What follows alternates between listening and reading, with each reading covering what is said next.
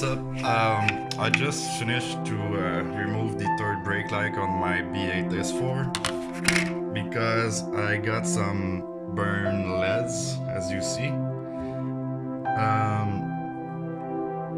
My soldering gun is being heated, so I'm just gonna try to resolder the connection, but I'm just by moving the LED it works. Look. So maybe just bend the pins a little, gonna fix it, or I'm gonna get back to you with the solder trick.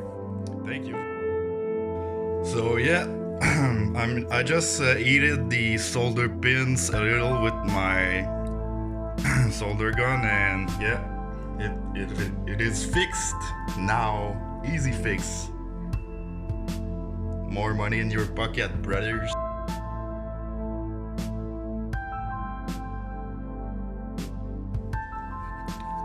Now I'm gonna install this.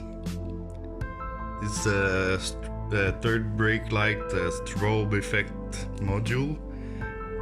I'm just gonna solder the end on this shit and the other end on the connector on the car.